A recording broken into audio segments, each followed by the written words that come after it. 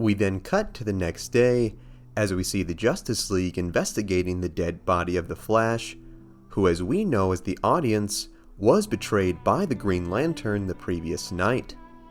Putting on an act even greater than Amber Heard after pooping in Johnny Depp's bed, Hal asked just who could have done this and began barking orders at the League to begin investigating the rogues so they could locate Barry's murderer. When he tried to get bossy with Batman though, the detective, in his own Batman way, passive-aggressively told the man that he knew what he needed to do. As the other heroes headed out to get to the bottom of things, Bruce took notice to the now lone Wonder Twin Jaina looking on at the beach waters.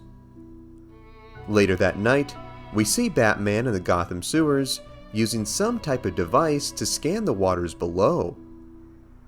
Knowing he was being watched, he told the figure that they could reveal themselves, where we see Jaina once again. Here we see the girl who broke into tears, for she knew just what Batman was investigating.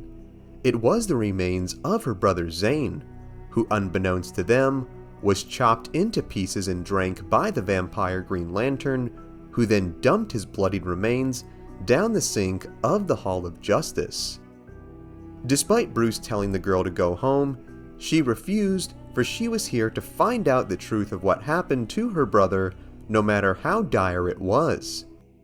Things then cut to the Penguin, where we see him frantically running through the streets of Gotham as he was chased by a gang of vampires, only to actually be happy to see a hero for once, as he was met by the sorceress Satana.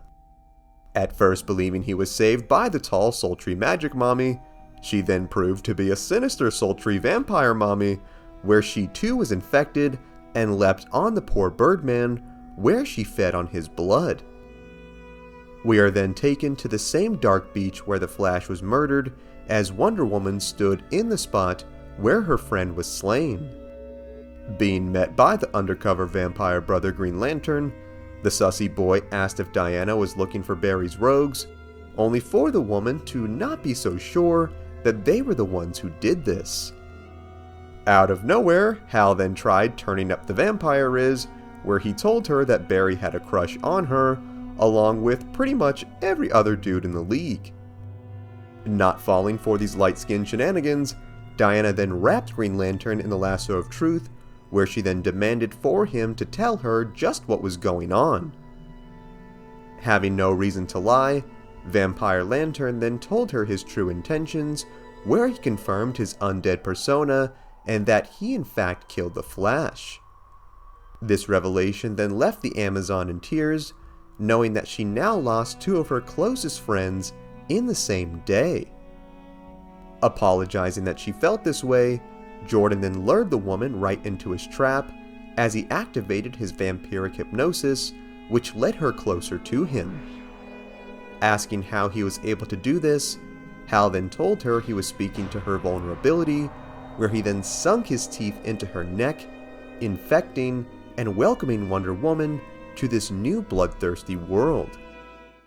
Back in Gotham, we see Damian Wayne, who is investigating the corpse of the Penguin, who was turned into a used chonky Capri Sun by Zatanna earlier that night.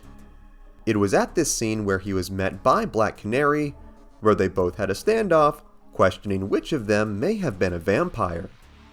Being mouthy as usual, the son of Batman had no qualms hitting a woman, where he threw hands with her in the alley and managed to put her in a headlock, only for her to jab a mysterious needle into him.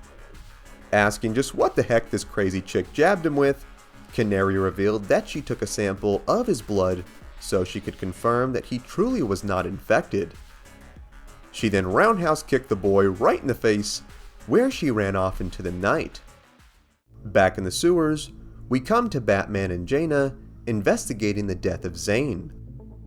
Sensing her brother's remains in the nearby water, she led Bruce where she felt Zane the strongest.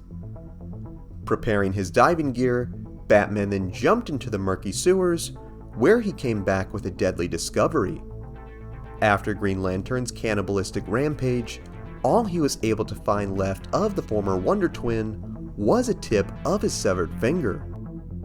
Hysterical, The girl sobbed into the Dark Knight's arms and asked just who could have done this. Checking his scanners, Batman told her that due to bone being so strong, this could not have been done by an ordinary blade. This carnage was caused by a blade of light, making Green Lantern suspect number 1.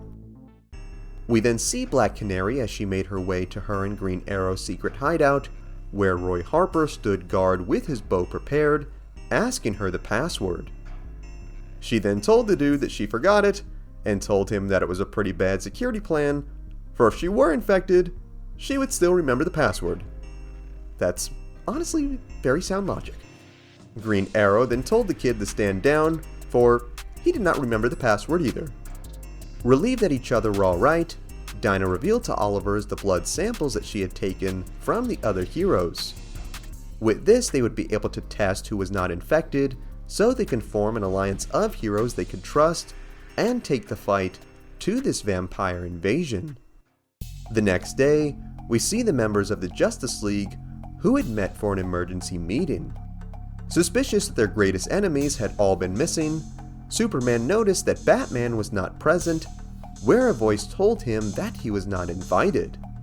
When asked why not, we see that these voices belong to Green Lantern and the newly infected Wonder Woman, who used their positions to frame Bruce for the murder of the Flash.